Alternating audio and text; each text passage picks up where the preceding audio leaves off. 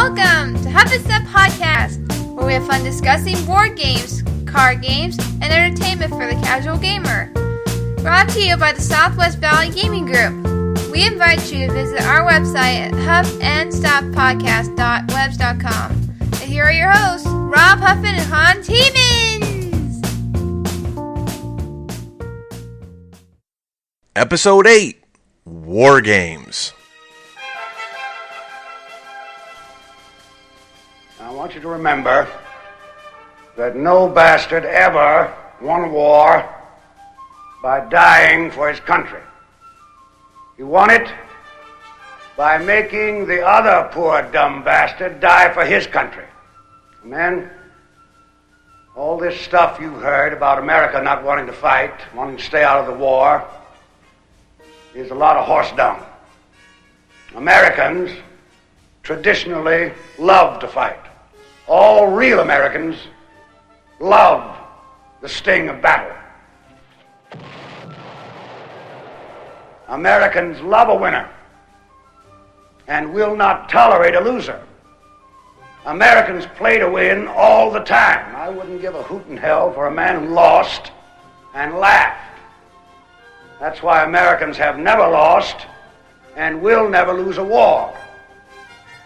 Because the very thought of losing is hateful to Americans. We're going to hold on to him by the nose, and we're going to kick him in the ass.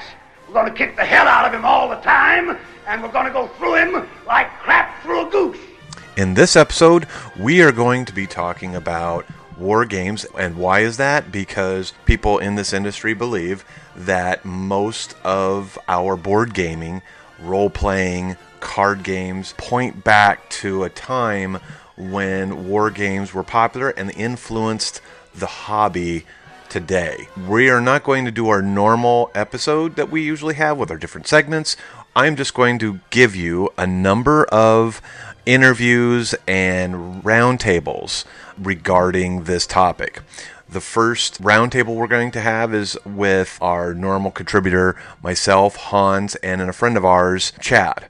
And then I'm going to talk to Ken about his Warhammer 44. And then I'm going to also have you listen to an interview I did with my brother Chris, who was very into war games in his gaming history. So we will bring you that now. I hope you enjoy. Next is our panel where we talk with Hans, myself, and our friend Chad about war games. Basically, Avalon Hill is kind of credited with the whole wargaming, board gaming section of the hobby in America, really. TSR came out of it. Dungeons and Dragons came out of TSR. I mean, it has such far-reaching effects. I think when we talk about war games, some of the things that come to mind are, as I have said before, Memoir 44, Small World, Risk, Stratego, Battleship, heck, even X-Wing and Wings of War are sort of in there. And you could also argue that Battle Lore, Nexus Ops, Twilight Imperium 3, Command and Colors, some of the Avalon Hill histories, some of the other folks like H.G. Wells. It sounds crazy, but H.G. Wells did have a hand in it. Have you guys played some of the games here, like Risk or Stratego? I'm sure you have. My exposure to board games is pretty bare. Some of the older, Risk, Stratego, Battleship. Again, it's kind of some of those games that I own but haven't had a chance to play. I have Memoir 44, and you and I are supposed to get together, Rob, and play that sometime soon. I'm hoping. Yeah.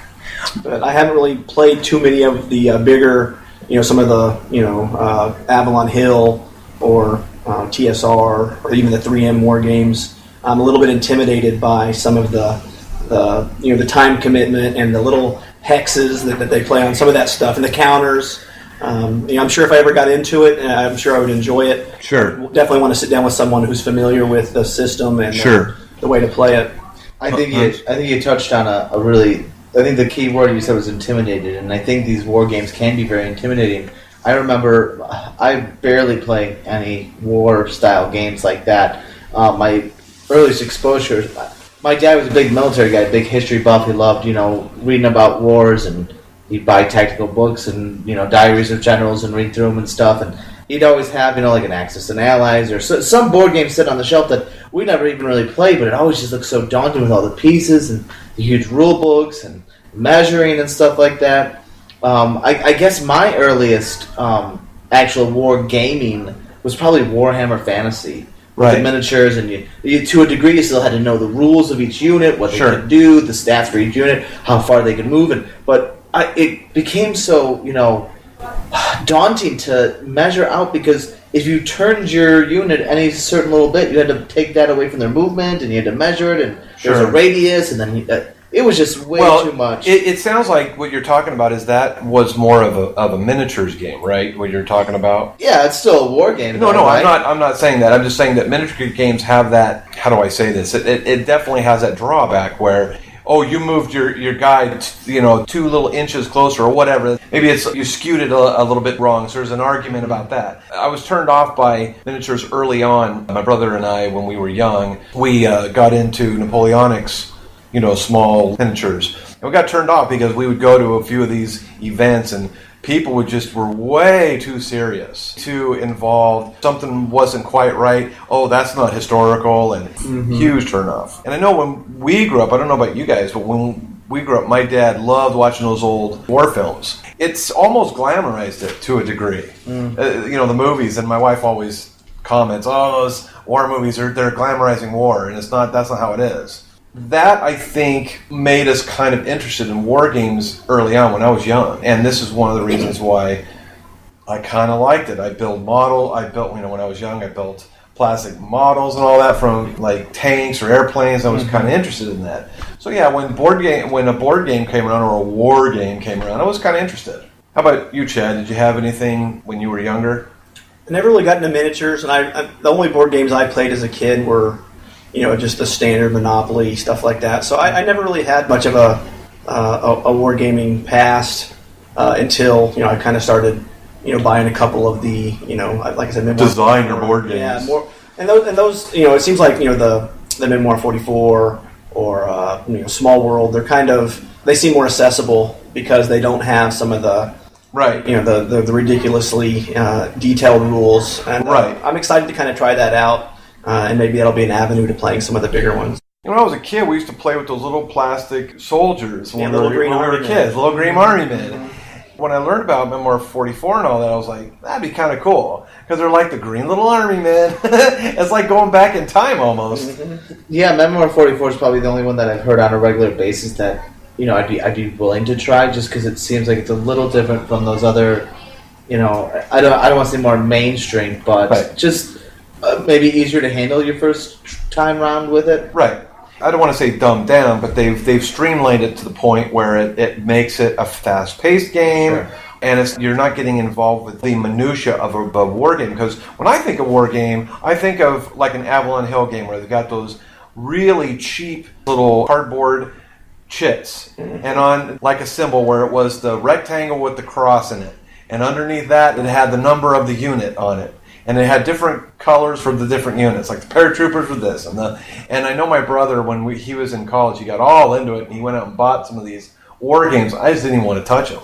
The rule book was like homework. You think that some of these board games now are homework? That was nothing compared to the Avalon Hill games. They gave you a whole history of the scenario you were playing, and then these guys that are into history were kind of history buffs. And they knew all the history. It's almost like Avalon Hill had to give some background so they go, hey, this game is legit. Yeah, I guess something that might, talking about this background and this history, something that I think, would maybe draw me more into like war style games is, we see movies or books all the time where like they identify a specific character, a specific person within that war moment. And maybe they just more theme added to it. Okay, this is taking place in, the Cold War. This is taking place in, Stalingrad. But let's focus more on, the horror that these soldiers went through, or the difficulties just to survive the night. You're surviving a bunker for the night, and you have to deal with cold, and you have to deal with, snipers and silent attackers and bombings and lack of sleep and things of that nature. If they got more into the psyche of a soldier, more into, a certain situation with a more of a deep theme, kind of like, I mean, lack of a better thought, Arkham Horror, where, you're dealing with the sanity of it as well as the, the physicality of it.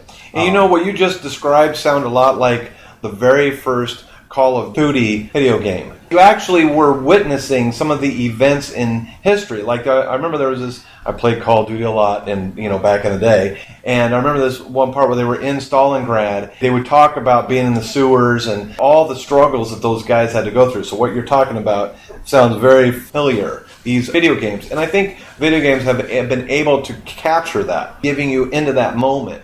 I don't think board games quite gotten there yet. But I think they're getting there. Most people are turned off by the whole war theme. That's why they try to keep it light, like Small World. Small World is a perfect example of this. I mean, I guess maybe something comes in my mind of, like a Robinson Crusoe survival, group thing. You have your platoon. Your platoon has been separated from everybody else. But then is it no longer a war game? Is it more of an adventure game? But you can at least get more people excited about World War II games if it was maybe more of an adventure type versus a, straight up, my unit's going to, forward march this way and I have to reload my artillery and things of that nature. And I think that adventure games have, especially with the advent of, Robinson Crusoe, and there's that one game called Lost Valley, and it's like I think you're camping or something and you get lost or something, or you're hiking and you get lost and you have to find your way back from the wilderness. And it has a similar feel to it, like it's a survival sort of game. And I think you've hit on something that could really work. It's too bad they don't have a game like that, where you're in war and you're behind enemy lines, like Snoopy did in the cartoons, where he's behind enemy lines, he's shot down, he's trying to get back. I mean, it's a cartoon and it's kind of funny, but that's what made that little snippet of that cartoon interesting. Because he was surviving the war or whatever. Or maybe just add a mechanic of, in between rounds, there's a upkeep phase where you have to test the sanity of your troops, or if they break out more, if a certain event happens, say you went to attack another, platoon and you guys, suffered very badly, then, there's repercussions to it in more of a, emotional sense than just a tactician or tactics mindset. Chad, what do you think? Do you think that board games' future will see more of these things? I think so. I think it seems like, in order to grow the hobby, I think, everyone can.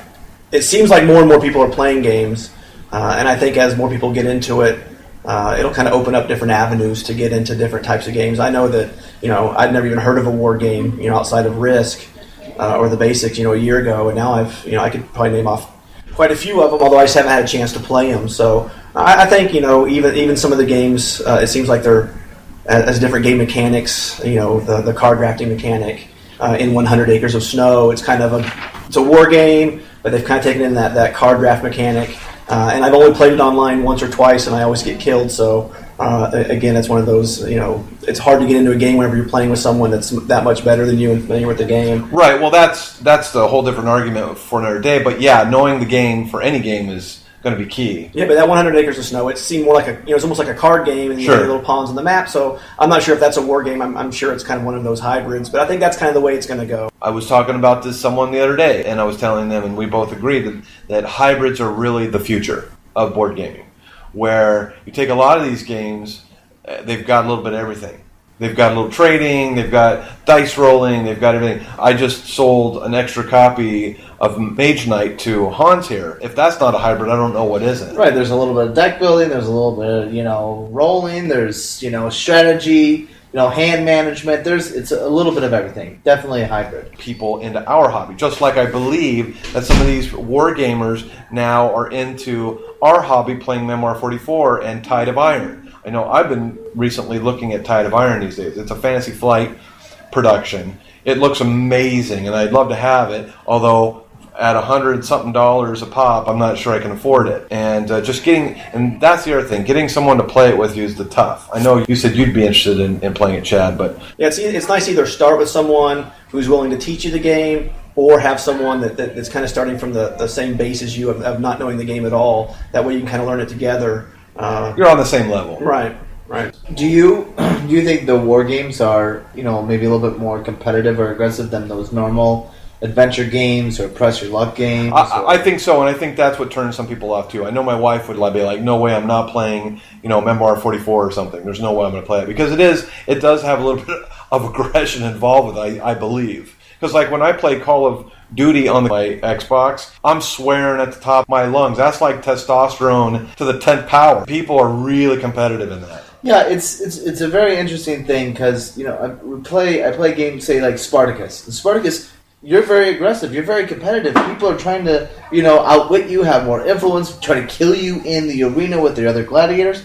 But it's just like a different mindset than you're lining up as this army and you're coming to kill me. It's an interesting dynamic that it's so different when the goal is the same thing, but the way that you're presented to get to that goal makes you feel a different way about it. And you could technically argue that game is sort of a light war game in essence, because there's two people squaring off. I mean, a fight they've often called wars. I mean, you'll watch these big bouts between these fighters on TV, and it's like the war of the century, and they have so-and-so against so-and-so. It's a war. And so you could technically say that's kind of a war, too. I mean, of course, I'm stretching this a little bit.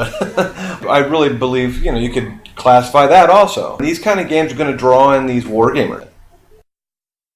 Instead of our normal segments in our podcast, we thought it would be interesting to talk about game trades. And Chad, our friend, is very into game trading, so let's go on to that.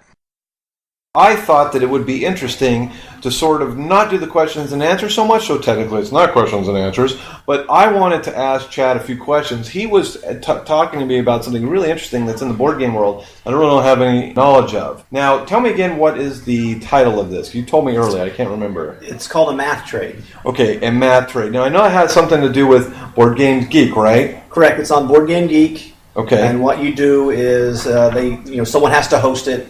And there's usually one a month or one every other month, and you basically go to the thread and you post which game you're willing to trade.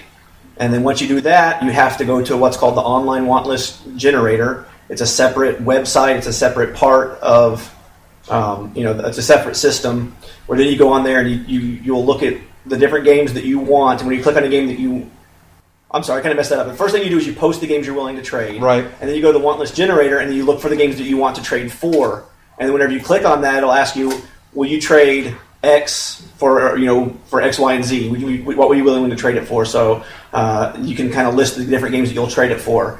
And from that, it goes and hundreds of people. Now, do they rate your games that you're willing to trade for? Do they rate it yours is only a 10, and so I can't trade with a 1? No, it's really... it shows the rating, the BGG ranking on the want list generator, so you can see what the games are rated. But really, what happens is if somebody wants your game and you want someone else's game, it's a really convoluted algorithm that they use, and they'll try to find which trade will generate the most either games traded or people involved in the trade.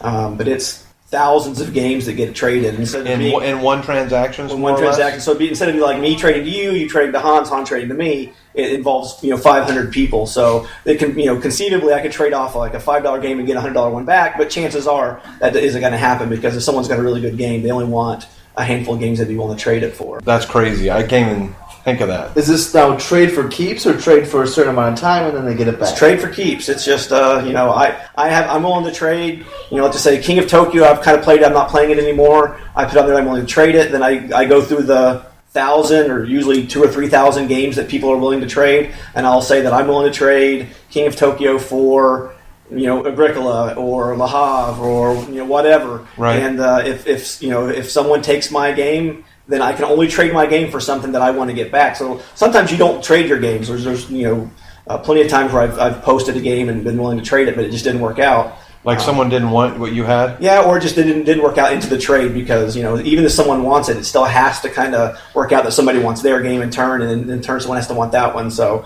it can get pretty crazy. And now, when you make your list, are you locked into that list, or will the generator kind of recommend, well, this is a game kind of like one that you wanted, or are you locked into only the titles that you listed that you'd want? You can kind of go through them all. It definitely links up to your want list or want and trade list that you have on Board Game Geek, so it's, if you own a game, it's highlighted, I think, light blue or blue, and if you're wanting a game, it's highlighted green. That way, because it can be pretty daunting looking through all those games. So a lot of times I just go through looking for the highlighted green games that I've kind of put on Board Game Geek that I'm interested in trading for, and then I'll just kind of click on ones, and you have decisions to make. Sometimes if you really want a good game, you're like, I'm only going to trade this game if I get this handful of games. Otherwise, I'm not going to trade it. And so, it means it kind of limits your ability to trade it, though. So. And how many times have you done this? I think I've done it 5 or 6 times. And the first time I didn't trade, I was probably too greedy or too picky in what I wanted, and I was over, I think, 5. I was like, man, maybe that's how it always is. And so the next time I kind of opened up my want list a little bit and kind of was willing to trade.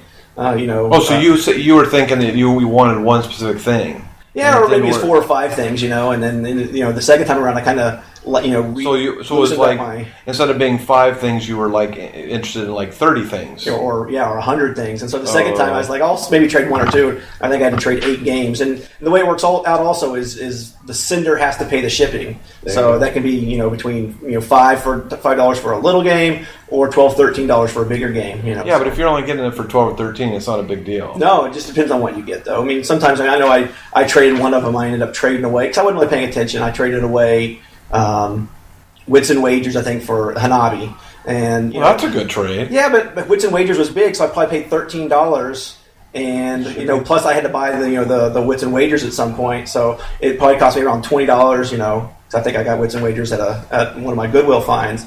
But I paid $20 for Hanabi, which I could probably find for less than $20. So so you have to be careful, basically. Yeah, you can definitely get the wrong side of it if you're not paying attention. But I was kind of happy to get it at the time. I don't think Hanabi was widely available here in the United States. So yeah. So it was a German language version. How is it protected? Is there like a moderator? Does Board Game Geek kind of? There's a moderator because you can also post gift cards, and I think you can post Geek Gold. And things like that, and so really, Gold. And one of the rules is you can't, trade a $10 gift certificate and receive a $30 gift certificate. So you can't trade up in that. Well, that seems a no-brainer, so to speak. And then there's people. I'm sure there's been. I've probably traded, through the math trades or just with random people. 80 trades or so, and I've never had a game not show up. I've never had a game show up in bad condition. I've had some little things here and there, but nothing that I would ever give bad feedback on. And it's the greatest hobby in the world. It's the greatest site, I think, because everyone's so nice and so helpful. It's true. And everyone's there for a reason. They want another game. And why would someone mess that up? Well, yeah, you'd be surprised, but still, those people usually get ferreted out. Yeah. I think. So the people that on the math trades, people that don't do it, they just won't be allowed back in the next time. And I've never had an issue, and it doesn't seem like there's too many of them. But there is a moderator, a guy that kind of hosts it. Well, that's cool. A few times, Hans and we had talked about on our podcast, if you want to use a game, we talked about. I love used games because usually you can get a pretty good deal. Board games are expensive, like we've talked about before. But one of the times here, I went and I had got at the used game sale at our board game shop. I got Thunderstone, and I got it for like $10 or something. So I was like, oh, great. But then I started, listening to these online things, and they're like, oh, no, you have to play Supreme Thunderstone or Ultimate Thunderstone. And how you do that is you take all the Thunderstone expansions and you put them into one gigantic thing, and you've got this table filled with cards. I'm like, okay, well, now I've got to get some expansions, but I'm not going to pay full price for them. There's no way. So I went on to Board Game Geek, and I contacted a guy, and he goes, well, I have a friend. He posted it on here, but if you give me... So we did something like a 3-way trade deal. Mm-hmm. And at first I was really nervous. I wasn't sure I wanted to do it because I get this weird vibe I'm going to get ripped off or something. I just got this weird vibe. Mm-hmm. I was like, oh my God, I'm not sure I want to do this. Jenna was like, no, I don't want to do this. I don't want you to do this. She was like totally against it. But I talked to the guy a few times, and he goes, don't worry, man. I've got my ranking on here, I guess. You have a certain ranking. Or something. You've got a reputation. I mean, people, you don't want to be that guy, that come through. So, and then, with the trades, you can basically see feedback. Was it positive or negative? Right. And, it's similar to eBay or Amazon. No one wants to have a negative feedback. Sure. You can always see, if you're trading with someone that's, for whatever reason, got negative feedback before, and then you have the decision to make. But I've never even really noticed that much negative feedback because, again, it's, in the hobby, on that website especially, it seems like everyone's pretty upfront and no one wants to... you can kind of see if they're active on the website. And if they are, they don't want to, kind of ruin their reputation by Right, sliding someone. and this transaction I had when going back to that Hunterstone purchase were great. It was in perfect shape. In fact, if anything, half of the cards were sleeved, so I got sleeves on top of it all. So it was like, wow, this is a great deal. Speaking of sleeves, I think I finally took my next step in like true board gaming, world. I sleeved like 3 games this last weekend. I was just super excited. I was like, finally, I'm doing this. I've been seeing other people with it. I'm like, it's about time. What brand did you use? I just got. They had them at the. I was buying a game and they had them at the checkout. So I just got. I think they were Fantasy Flight because it was a Fantasy Flight game. So I just got because they make it really easy. They color code and tell you how many of each you're gonna get. I'm sure could have gotten a better deal, but I was just so excited to do sleeving that I was okay with paying the $2.99 for a 50 pack of regular sized. I always sit down and I say, well, gee, what game do I play a lot of? Because I won't sleeve a game. And I was like, not only is this getting expensive, but it's kind of time consuming. And if a game is just sitting on my shelf, it was kind of silly for me to sleeve it if I rarely play it. It's a great add-on for like CSI if you have to have $100. If you're at 90, 95, I think you can get a pack of them for $5 to get you over the $100 limit for free shipping, so that way you don't have to buy a game. So I think that's where I've gotten mine before is from CSI. Yeah. To bump it over the $100 limit. Yeah, I think sleeving is a lot of fun.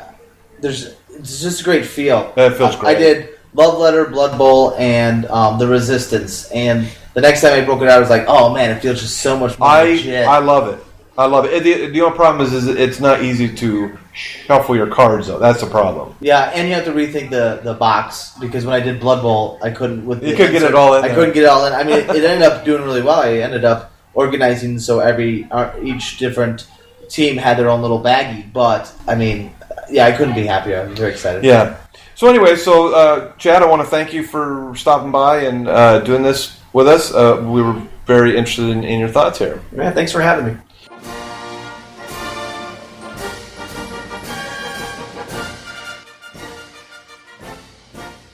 I wanted to talk to Ken today about war games because Ken has some definite experience in the war game genre. Why don't you jump in here and tell me a little bit about what your past is with wargaming? Well, I did about 5 or 6 years or so of wargaming. I started out in college with Warhammer 40K.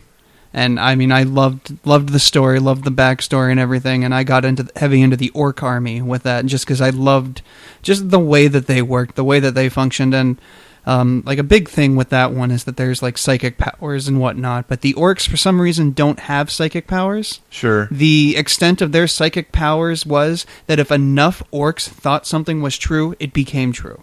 Oh, like okay. There's one of the armies they have is the speed freaks, and they think that any piece of orc machinery that's painted red goes faster, so it does. Huh. So, okay, what you're saying is that the Warhammer Fantasy, right? No, 40K. 40K. I'm sorry. I'm not very knowledgeable about that world.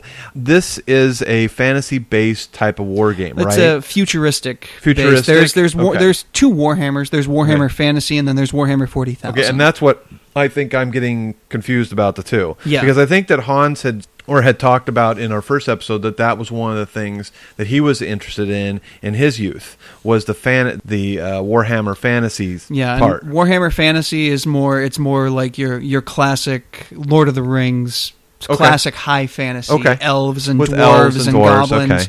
Okay.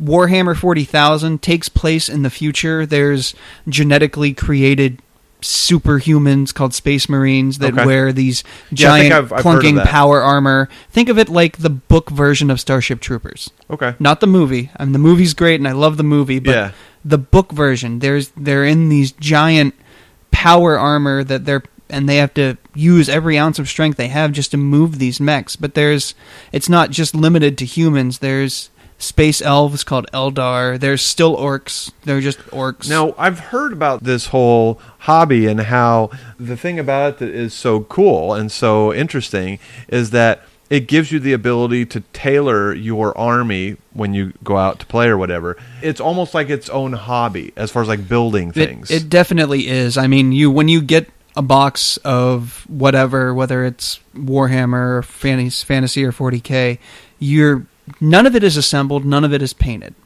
and you have to actually cut out the pieces, put it all, super glue it all together. Some people actually get like a little Dremel and drill and pin everything, and you make it the way that you want it, you paint it the way that you want it. And I mean, people only ever see at the game shops people playing the game. Sure. But that's only about, I wouldn't even say, it's like a giant iceberg. You aren't even seeing half of the story. Sure. Because outside of the game itself, you're painting, you're modeling, you're cutting and sculpting these models. And even after you're done with that, you have to pull out whatever rule book you have and crunch the numbers and create an army. Right. Because it's not, okay, I have these guys, you have those guys, let's have at it and shoot each other. No, there's a point system, and each unit, each model is worth a certain number of points. Okay. And I mean, you'll go in and it'll be a 1,500 point game. Right. And then you tailor your army list based so that it's at or as close to 1,500 points without going over. Okay. Well, now, I know that in my past, my brother and I, we had both gotten into Napoleonic 15mm war games. Now, we never really got to actually play the war games themselves because it turned into almost more of a hobby of just trying to buy all those packs of men and assemble them on we put them on a little board and we assembled them and painted them all. So it almost became that. Plus, we didn't really know of anybody who was doing that sort of thing. And that's really not unheard of. I have a couple of friends back east who they and their brother, they buy the models for Warhammer 40,000 and put them together. Right. They don't even play. I mean, there's one or two shops that they can go to, but the shops are in one city and they're like an hour away. Sure. So, and that, I think, hinders a lot of people because it seems like war games, and in particular the certain genre that you're involved with, there's not as many people in that genre as compared to, let's say, the board gaming industry. There's just more people that are more interested in just general board gaming than there is the war game genre. And that definitely is true. I mean, I started out playing these war games. Well, even before that, I was playing Dungeons and Dragons, but I think that's how most of us started. Yeah, most people played it at one point. I played Dungeons and Dragons. Childhood. I had friends that played Warhammer 40,000. I got into that. I left the college town that I was in, still played at a shop back in the hometown that I was in. That shop closed. I got out of it. And then I went to another game shop that was in the same town, and they were playing a totally different war game called Hordes and War Machine. Okay. Now, the interesting thing about that is, unlike Warhammer 40,000 and Warhammer Fantasy, where you can't play the two against each other, okay, Hordes and War Machine can be played against each other. It's all part of what's called the Iron Kingdoms. Sure. And like the Hordes, or the War Machine portion of it, is you have these magic users who basically have the ability to, with their strength of will, order and command these giant bipedal steam-powered tanks. Okay. That they can go and they can just beat the living daylights out of anybody. Interesting. Okay. And that's the War Machine side of it. The Hordes side of it is a similar concept, but instead of having giant mechanized steam-powered robots, you have giant monsters. And it's not just about the models and doing all that. The backstory is amazing for all of these games. Right. I mean, I know there's a whole world there that's really interesting. When I was first getting into Hordes, there were two armies I was torn between just because of the design for the models. And then I read the backstory for both of them, and I'm like, okay, I have to go with the Legion of Everblade. Right. Just because there's nothing more amazing than a group of trolls and elves trying to bring about the demise of the world by summoning an evil dragon. Well, I know that there's been, like, I've heard a few podcast folks talking about this whole thing, and they just were like going on and on about it, is just how that hobby part of it is infused with the gameplay. And what I mean is that is what is fun about being involved with that, is to create something that is tailored for you and is something you have chosen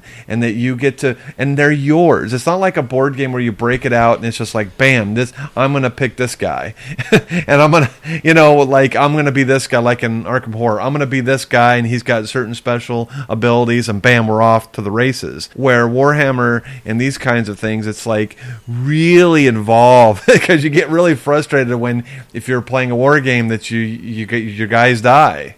Yeah, and there's different types of war games. There's the giant total battlefield war games like Warhammer and Warhammer 40,000. Right. There's squad-based war games like Hordes and War Machine, and there's even more fine-tuned ones than that, where it's skirmishing almost. It's like you have maybe 5 or 6 models on the board, and you're after each game, you have like one of your characters might die, and you roll a die, and depending on what you roll on that die, the character might be dead, the character might just be wounded, Right. the character might actually be kidnapped and sent to become a pit fighter. Mm-hmm. And then after so many games, he might come back weaker, or he might not come back as strong, but he'll have more experience, and you can actually level up these characters. Neat. And that's Mordheim.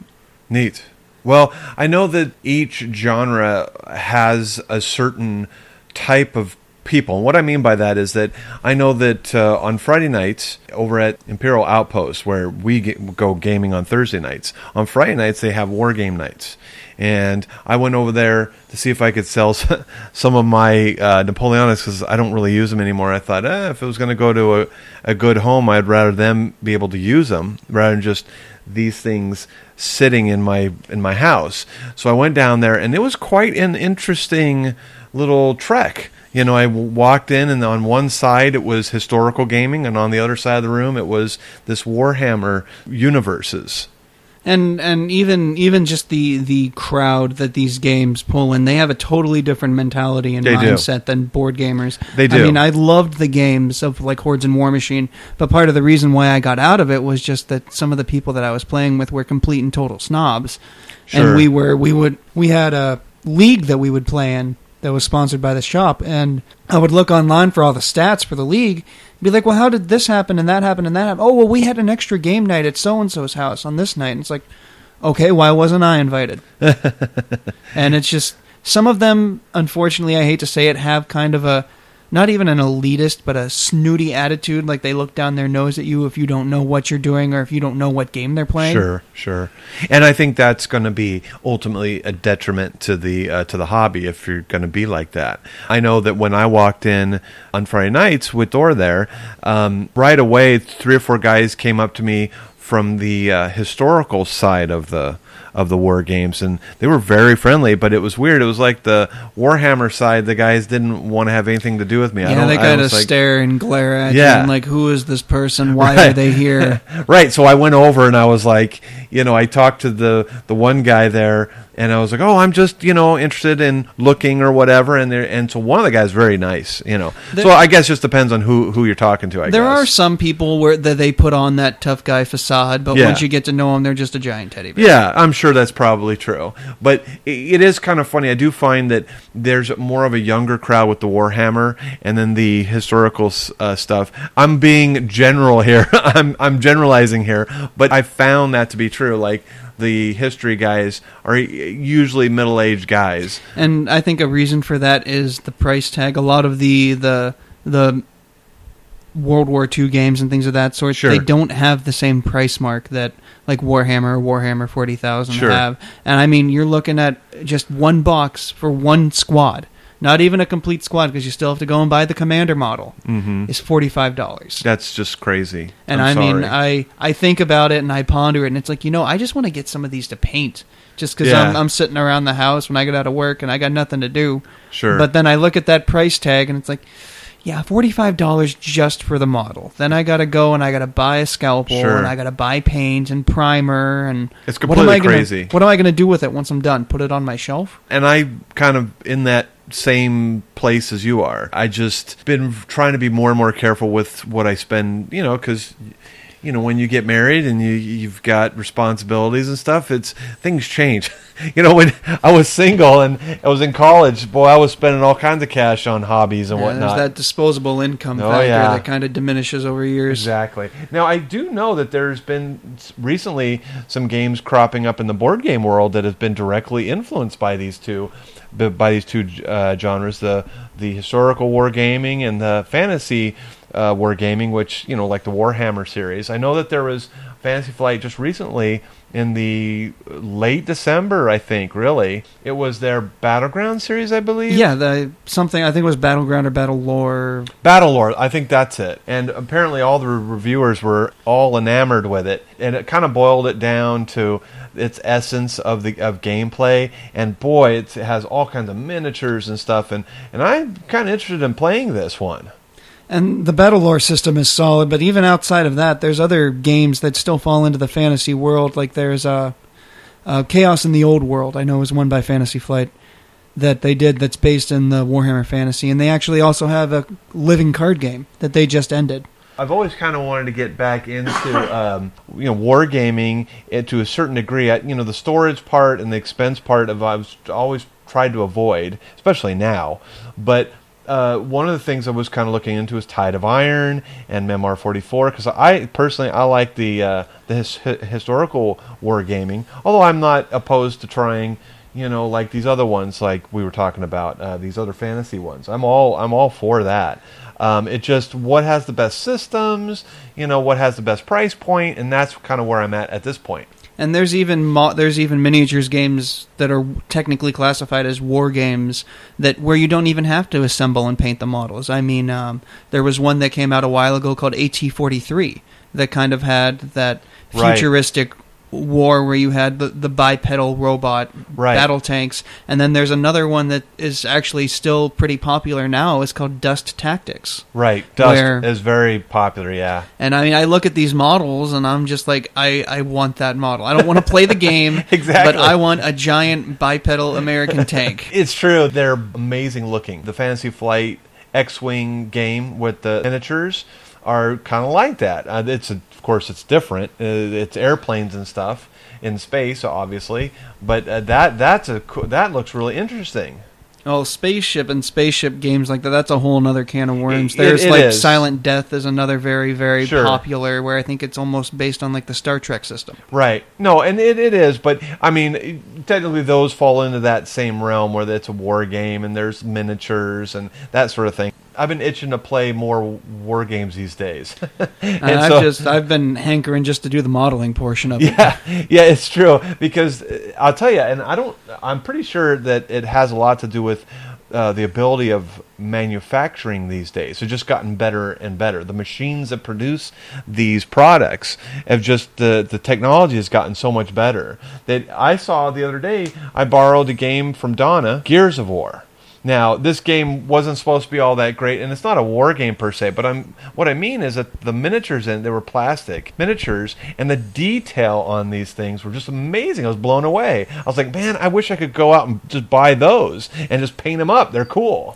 And that was another reason that I was really drawn into Hordes and War Machine. The models are gorgeous, and unlike Fantasy Flight, where they're all, or not Fantasy Flight, Games Workshop, where they're all plastic well, we were models. just talking about that, so that makes sense. But. A lot of plastic models come from Games Workshop. Back when I started playing Hordes and War Machine, they were all pewter models. Yeah. And they were nice, thick, heavy models. Right. But now I guess even Privateer Press, the company that makes Hordes and War Machine, is starting to get more into the plastic models. Well, I don't know if you've seen recently, but Reaper Miniature has a series called Bone. I believe it's a resin/plastic based product, I think. I'm not even sure, to be honest with you. But apparently the reason why it's becoming so popular is because it's cheap. It's way cheaper than actual metal, and they're almost, I think, even more sturdy than the pewter would be. So, well, the pewter models were always a pain because they after they take the model out of the mold, or before they put it in the mold, they spray it with almost like a Crisco or like a lubricant coating. So before you can even start to model, you have to take a little bit of dish soap, you got to soak it, and let it just sit in there for a couple of hours. Right. Then after that's done, you got to rinse it off, and then you can finally go out and start modeling. Going back to this whole thing with with miniature gaming, I think what you're going to find in the future, and I could be wrong here, I don't know, but I think that there's the price point and the quality are adjusting themselves to make it more available to more people, which is a great thing. Yeah, it is definitely becoming more accessible, but at the same time, there's other games out there that, like Silent Death, unless you really know what that is, you're not going to hear about it, or even one of the less popular, or a couple of the less popular Games Workshop games, like Mordheim, where it's a skirmish, like squad-based. You have maybe 6 to 10 models on the board at the most. Or another one that Games Workshop does is Blood Bowl. There's no real following for Blood Bowl here anymore, and I don't even know if Games Workshop still makes the models. I don't think they do anymore, no. I think that you have to find whatever army you want to do, go buy the Warhammer models, and then you go online to Games Workshop, and you can buy a blister there that will let you interchange the pieces for Blood Bowl pieces. Sure. We should end the interview here because we're probably going to be going over our time limit here. But I want to thank you, Ken, for talking to me about this. Very interesting because the Warhammer side of it, I'm not very familiar with. So I appreciate you coming in and telling me about it. Well, thanks again for having me, and hope to be on again soon. Okay, well, we'll see you later.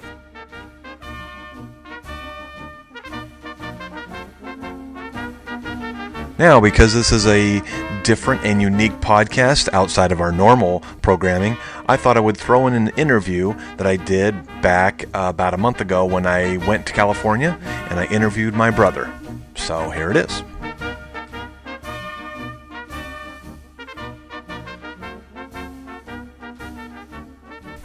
Hello, and we are here in California in my brother's house, Chris. Say hello, Chris. Hello. And I thought it would be interesting to get my brother interviewed on gaming and board gaming because, frankly, Chris is the one that I talk most about, or most to, about games, and we seem to talk on the phone quite a bit. Chris, let me ask you, what is the first designer board game that you tried? What's the first one? Well, back in the 90s, I had some friends that I ran across, and I just kind of walked into it was almost one of those old poker backroom games type things. I mean, you could imagine smoke and the whole thing, and they were playing this game called Junta, and it was introduced to this, and I didn't know. I mean, the only games Rob and I played when we were kids were, the common Monopoly and Battleship and those sorts of games. Right. And, so I sat down and, it was a little bit hardcore as far as I remember it, but, I just walked away. If you don't know Junta, it's a kind of a cutthroat game. It's an older game. And, they did some reprinting and whatnot. And if you were to look at it now, there's many flaws and whatnot to it. But at the time I played it, it just kind of blew me away. And I said, wow. I mean, for its time, it was probably pretty advanced. Well, yeah, I mean, I wouldn't know other than that was the game that I kind of ran across. And I had such a great gaming experience that one time I ran out and picked up my own copy, but nobody I knew at the time was ever playing board games. I think at the time, it seems to me that there wasn't a widespread use of games. I mean, you had your Avalon games. And, right. It seems like Avalon and those war type games were probably the most at the time. From what I remember, late '80s, early '90s. Oh yeah. It seems like the war game genre was the one that was really kicking butt at the time.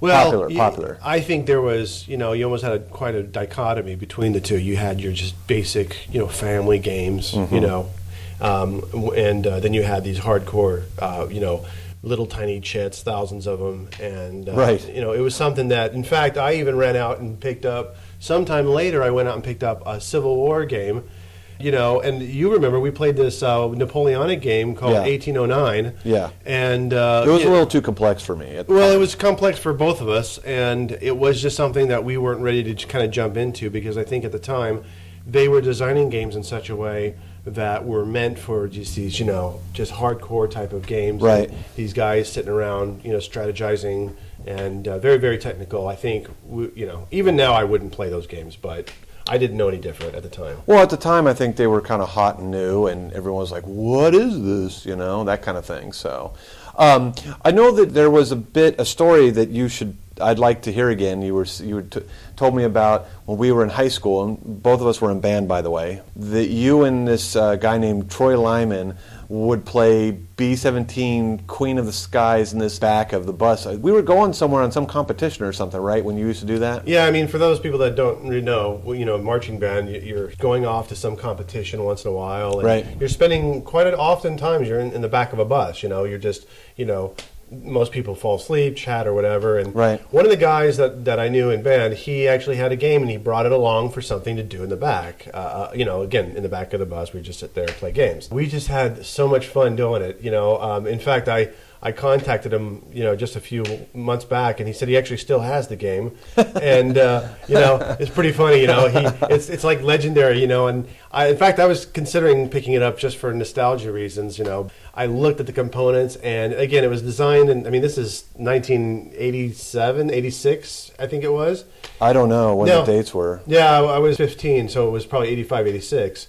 And you're dating yourself, you know that. So of course, doesn't matter to me. You talk about the era of design, and it's simple. Basically, this game is you're flying. You're part of the 8th Air Force, flying B-17s over Germany, and part of the game is that you figure out roll of the dice. I kind of forgot how it's determined, but I remember the first game that we had played. Troy's going, well, this game. It's kind of tough, You're going to come back with a lot of, your crew's going to be dead. And I was like, oh, okay, let's give it a try. And the first run was a milk run. It was really easy. Came in, came back, and no harm, no foul, right? We successfully bombed the mission. And then he's like, oh, okay, let's try it again. And, of course, the next one was straight into the heart of, Berlin or something. And I walked back, and I think the aircraft didn't even survive. I mean, everybody died, And what they do is, again, there's fouls to the game if you see it now. I mean, you've got all these charts and to determine the angle of attack of the German fighters and the kind of, I mean, it gets really detailed. I mean, you're not even talking about Messerschmitts, but you're talking about the Focke-Wulfs. So all of that. When I first saw this game, I mean, I guess we could probably kind of go off on a little tangent here and talk about B-17 because I had heard from a few reviewers that B-17 Queen of the Skies is still one of the best war games ever made. I mean, some of the guys when I was looking at war games, they were saying that was one of the best. So let's kind of go into that. When I first saw that game and you guys were playing it, it looked super boring to me. It was like the components were just these sheets of paper and it had an outline of the B-17 and you could see where the different crew members would be or where the machine guns were. Mm-hmm. And then you would determine, would you roll a dice to find where the airplane was coming in to attack you, the fighters? Yeah, I believe so. Again, it's been, over, again, we're talking 1985 here. So, sure. But yeah, I mean, if I recall correctly, you have to find out, first of all, what kind of aircraft. The game itself is a little bit tedious. I would love to see it revised, re-released. New graphics and stuff. Well, yeah, the graphics were okay. I mean, I didn't have a problem with it. I think fundamentally, again, all of those things that you were saying, you're dealing with all your crew member and where the angle of attack is. So again, if somebody is attacking you from the tail, of course, your tail gunner is going to be most susceptible for being shot at. Sure.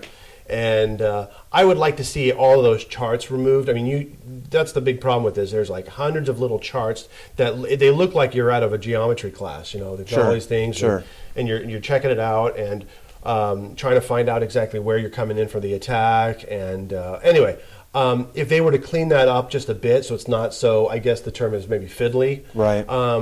I would love it. I mean, I would certainly be looking to buy it because, again, it's when we played it, I remember enough to know that it can be relatively fast. It's not one of these long, and again, the games at the time, we're talking again back to Avalon Hill, those games were 3-4 hours long, maybe more. I remember you having games set up from that Napoleonic game you were talking about earlier, that you would have it set up on a table and it would sit there for weeks because, you didn't have enough time for a whole afternoon because I think that game looked like it would take a whole weekend. I mean, one of those, that Napoleonic game. And yeah, I mean, can you imagine? Hey, you get your buddies together and you're like, okay, let's spend the weekend in a basement somewhere and play it. It's like, well, it's just not realistic. Some war games are that way.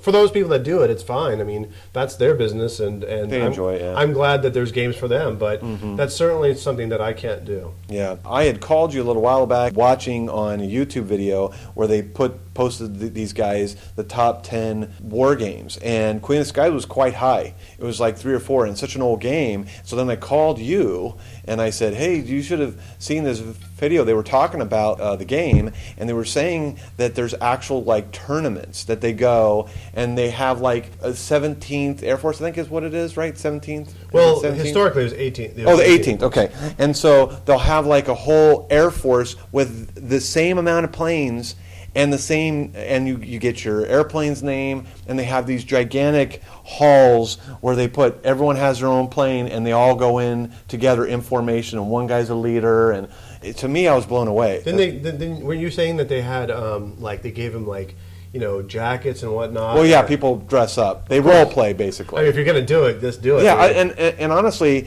I was blown away. I was like, that is so cool. I would love to just even watch. That would be cool to me. To watch. I mean, I know I sound probably crazy when I say that, but I'd kind of like to see that. It'd be neat. After about 10 minutes, Probably. I'd be like, That's probably true. Yeah. After about 20 minutes, I'd be like, okay, I've seen enough. Maybe if I went onto YouTube, I could probably watch it, maybe. I mean, I think for me, watching somebody play a board game is rather boring. Unless, of course, I'm watching a video to, like, learn how to play a new game. Yeah. But, Yeah. again, that's another topic for another Well, time. let's kind of get off of that and go back to board games, because I know you don't really play war games anymore. But, like, what's your favorite board game now that you play? Well, it really depends on my mood, to be honest. I like more sometimes of the interactive games where you're involved. Like, that's why I kind of shy away a little bit from the Euro type games. Right. I just don't think, you know, it's sort of like solitaire in a multiplayer sort of setting, you know. Mm-hmm. Last night we played the game Coal Barons. That was a Euro type game, and we were playing it. We had a great time with it. You know, it just fitted. Well, really that game, nicely. I wouldn't even... Coal Barons doesn't seem like it inherently was a interactive game, although we were interacting because we were having a good time with it. Well, it was a worker placement Yeah. game. Therefore, in my book, it's a Euro game. Yeah, and we're really interacting. Before that, we were playing this afternoon. Well, yeah, we played Fresco and we played Escape. And Escape was very interactive. Because Yeah. I'm like, I'm cursed, you got to help me here. And then we're running back, you know, we're going back and forth. And you got to do this, you got to do that. And that to me is super interactive. So that would be is probably right up your alley. That kind of thing. Well, I think again, like, depends on my mood. I mean, sometimes I want more of an interactive game, and I admit I have leanings that way, big time. You know, I think maybe the older I get, I do enjoy the Euro game if it's a tight game and it's something that I enjoy. I really have enjoyed my Pandemic game, especially I've gotten to the point where I don't enjoy learning a new game all the time, and that seems like all I'm doing. Because you and I, we've not been in this board gaming world very long. Right. So it's, you know, we've got some catching up to do as Yeah. far as learning. Yeah. But, yeah, I mean, I have a few variations. And I always look for a game that's kind of fun, like my Conquest of Planet Earth game that I picked up. I've not actually yet played it with anybody, but it's something that I'm looking forward to, and that's more interactive. Yeah, it's pretty interactive. And it's a little silly to boot, and, you know, we can have fun. And I think with the right people, that game would work very well, because you can just sort of, you know, take me to your leader type of thing. Right. And, I can hear all the little jokes going on with that game. And I can hear think with the wrong people, you know, and I guess you can make that statement about most games. Yeah, but most games, I yeah. think, well, you know, if you've got that, you know, again, a Euro style where you don't have that much interaction, you can just have, you know, basically a corpse sitting next to you, and you can play it through, and, you know, no big deal. But I think with the more interactive games that I like, finding the right kind of people for that is pretty important. Right. Well, you just picked up Exodus Proxima Centauri. I can never say the name of that darn thing. Exodus Proxima And you just Centauri. picked that up. Now I'm pumped. I'd love to stick around. Of course, I got to go back to Arizona here, but I'd love to. It's that we don't live closer. I'd love to play that game. I'm just super pumped about it. Yeah, you know, and I realized when I was looking at picking it up, there's two versions. Obviously, the original printed version, and the one I have is the revised edition. It cost a lot more, but you know what? It really is worth it. And It's worth it when you see those components. Because Yeah. see, I remember the components when I was watching some of the reviews, and all the ships were like either white or gray or something. And these had actual colors on them, and the individual player boards have like really cool graphics with like glowing little It's top shelf. readouts. Oh, it's awesome. It's very top shelf. They And did a bang up job. I'm very happy I decided to, because sometimes, depending on what it is, if it doesn't look that much different, I may go down the cheaper route, you know. Sure. Again, depending. But, you know, the way I look at it is, in this case, I mean, I do like good graphics in my games, but especially with a futuristic space game where the graphics would really mean a lot more. Right. I'm certainly that's why I kind of go at that. Now, we, in this little interview that I've got going here, was kind of giving this a sort of wargamey flavor to it. So let me ask you, Twilight Struggle. Now, I had borrowed it from a friend, and I brought it to California so we could play it. We don't know the rules all that well, so we just kind of shelved it for now. But last time you played it, I know you've played it before. Yeah. Now, see, and the reason why I'm asking about this game is because for quite a while on Board Game Geek, it was like number one, and I of course I've not played it. So why do you think it's a good game? Well, let me first, for those people that don't know, Twilight Struggle is a Cold War, Russia versus United States, basically a board game that way, and it's strictly for 2 players. And it's a game that, for me, I'm sort of a history buff, military history buff mostly, but history buff nonetheless. And I've always been interested in that because of the Cold War. And in fact, I knew a few people that don't even play board games that I would love to sit down and play this with. I think they'd have, for this person that I'm thinking of, it would be a great intro for him to board gaming because of just the strong theme. If someone's into history, you mean? If somebody's into history, in this fact, my friend Paul, Paul, yeah, he teaches, and in fact, he's kind of a 1950s or 1960s. I don't know. He's obsessed with it. So for him, it would be great. He's like a retro dresser? He dresses like he's in the 50s? No, not so much. Or he's just into that time era? No. I mean, he's just into that time era. Okay. I mean, everything that yeah. Anyway, I sat down and played it. Again, it was my first try with the first, again, I've only had one shot at it. But I liked it. It was, I wouldn't say it's a war theme, but it, Cold War, and there's a lot of political and influence that you do. In certain countries, you can attempt to overthrow the government, to put in your own government if you're either the communist side or the United States side. Mm-hmm. I liked it. I thought, and in fact, while we were playing it, a few people came over and said, wow, it's such a great game, man. So yeah, people love it, boy. I think that tells me right off the bat it's a real tight game. And I'm looking forward to not probably playing it this week, and we're just probably not going to have time. But yeah. I know the guy that I met at the coffee house who played it. I'll be looking to play it again very soon, hopefully. Yeah, because, I still would like to play it. When I say war game, I don't mean it's necessarily a war game. Necessarily, it's a light war game with lots of influences going back and forth between communism and the Cold War. It's a political game is what I would call it. Okay. Well, then that probably would be a more international political game. A more accurate thing then. Okay. And the thing is it's got real pictures of real people, and you're doing it in certain eras. You start out in the 50s and certain events that are going on, trying to get Europe and Berlin and the whole thing after World War II. And then it moves into the 60s with the Cuban Missile Crisis and Kennedy, where the guy was telling me, because I was playing the United States, he said if you can hang out to the end of it, that's where the U.S., the Ronald Reagan era, that's where the U.S. becomes very, very strong. So there's different strategies. If you're the communist, you probably want to, anyways, you want to come out strong in the beginning, and that's how it plays out. So.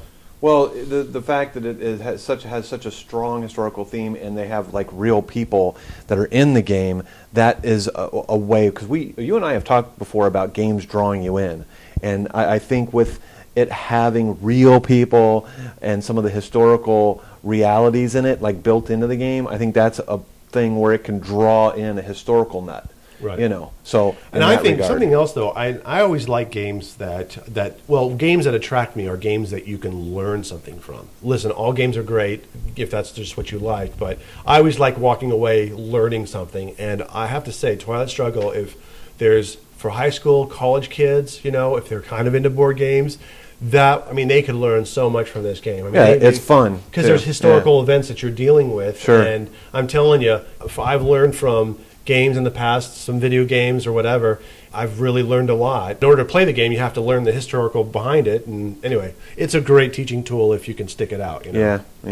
Well, and we're coming up on our time limit here, but let me just sort of kind of end it with this. What is great about board games, and one of the things in our podcast that I bring up all the time is what's so great about board games. And of course, in the Fillet episode that we had talked about, Ken had suggested that board games are a social lubricant, that it gets people, it sounds kind of like a naughty term here, but it really does get people to socialize But like what you're bringing up a great point too, and I think we've talked about this before on another episode.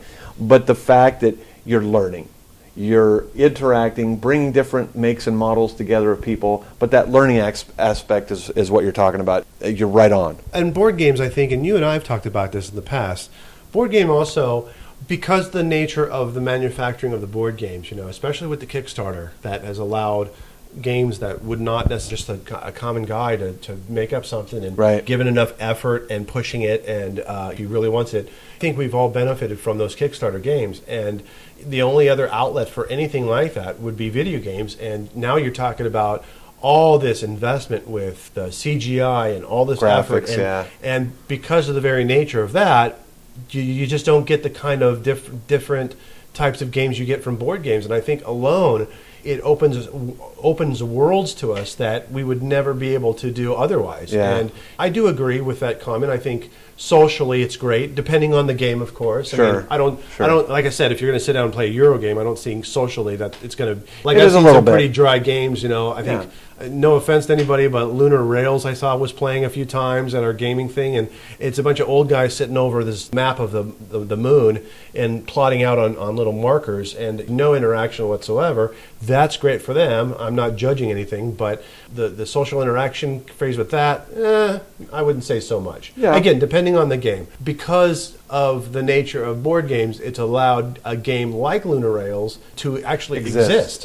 Yeah. And I think, and those guys love that game. God bless them. That's fine. Mm-hmm. And there's nothing wrong with that. And for that reason alone, it's great. Okay, Chris. Well, thank you for coming on the show. We're here in California, and coming from Arizona, it's always hot there. But I looked at the Weather Channel; it's about the same temp. So I came from one good temps to another. So that's cool. Okay. Well, thanks again. See you later. Just 2 hours ago, Allied air forces began an attack on military targets in Iraq and Kuwait. These attacks continue as I speak. This conflict started August 2nd. Tonight, the battle has been joined. Thank you for joining the Huff-In-Stuff podcast. We hope you enjoyed listening and hope you can tune in next time.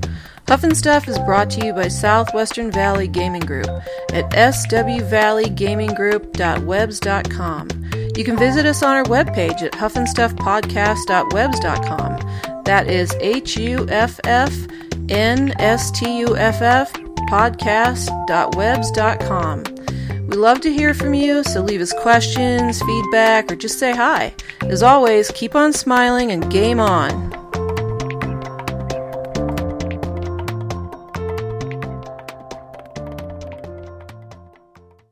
Hey, Chris. Thanks a lot for doing that interview. Piss off, whatever. What? What do you piss off? What? You heard me, jerk.